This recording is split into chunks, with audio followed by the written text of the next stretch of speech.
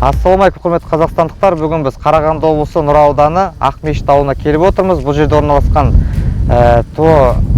ТАСС 2004. Осы шаруашылықта біздің ой күшімен жасалған Қазақстанда өндірілген өндірістік микробиологияның препараттарын қолданады. Оның ішінде ризовит АКС, фитобацтерин и фосфобацтеринді. Осы шаруашылықтың бас агрономы Галимов Ирик Еркенович. Здравствуйте. Здравствуйте. Пожалуйста, расскажите нам про ваше то, чем вы, в каком направлении занимаетесь, потом как нашли нашу микробиологию, наш препарат, и как обрабатывали, как сеяли, и как визуально вы же до этого без обработки сеяли. Да, вот у нас отдельное поле без обработки посеяли, мы проезжали мимо него. Ага. Вот это поле с обработкой сеяли, мы здесь люцерну сеяли под покров овса. Ага. Ну, наше хозяйство в основном занимается картофелем. Картофелем, да? Да, этот год вот мы решили посеять люцерну, немножко 100 гектар посеяли. И вот. Вы до этого еще люцерну под покров сеяли вообще? До этого мы, не занимались люцерной, мы хозяйство молодое, мы 10 лет только здесь занимаемся этим. В основном картофель у нас был. Решили попробовать? Решили, да, сейчас заниматься немножко кормами, потому что животноводство началось в хозяйстве. И вот как раз на корма вы посеяли, да?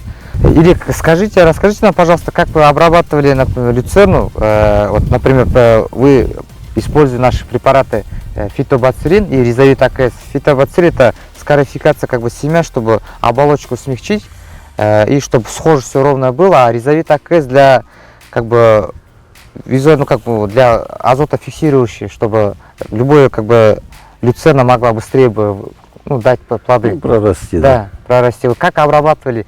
Сколько времени перед посевом, какой препарат принимали и где обрабатывали? Что нужно для обработки? Ну, в нашем хозяйстве имеются склады, где у нас находятся семена, картофельные склады, зерновые склады. Мы фитобацтерином работали в складе, так как на него нельзя, чтобы попадали солнечные лучи. Там микроорганизмы погибают они, потому что. Вот. Мы фитобацтерином обработали, потом через определенное время мы уже потом отработали ризовит АКС. Это перед самим посевом за 2 часа, да. И уже потом сразу начинали здесь сеять. Мы обрабатывали семена люцерны и семена овса. Овеса, да? Да, ну это отдельно овес обрабатывали. А люцерну вот мы здесь сеяли карабалыкскую. А чем сеяли ее? Сеяли мы дисковой сеялкой пневматической СПД-6М. Вот. А у вас по норме, например, По норме мы высевали люцерну у нас 16 килограмм, овес здесь высевали 70 килограмм. Это на гектар, на гектар, да? А сколько гектаров? Здесь вот у нас это поле поливное, 70 гектар оно, поливается дождевальным агрегатом фрегат, еще старого советского образца. Ну вот так вот у нас примерно. Хозяйство мы не молодое. Ну, конечно, 10 лет это уже не молодое. Орошение здесь сами все восстанавливали, делали, здесь орошения не было. Ну, в дальнейшем будете же это тоже результаты увидели. Да, если вот будет нормально, ну как скосим, мы уже видно будет.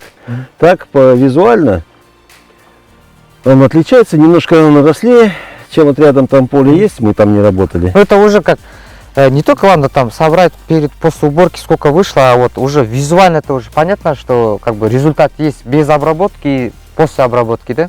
Да, есть результат. Немножко на несколько дней разница по сходам.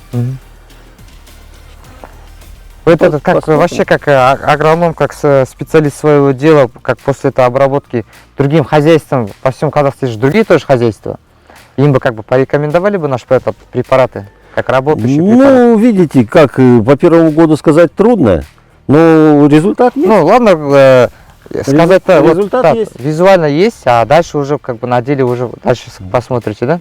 Результат есть. Потому что мы полив не сразу запустили, у нас сходы пошли без полива сначала. Ну да, без полива уже всходы. А через сколько дней пошли всходы?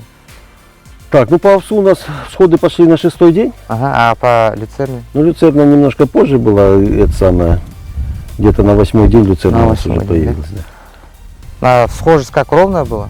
Схожесть нормально, да. Все, спасибо за внимание. До скорых встреч. Надеюсь, чтобы урожай будет плодотворным. И желаю вашему хозяйству только успехов.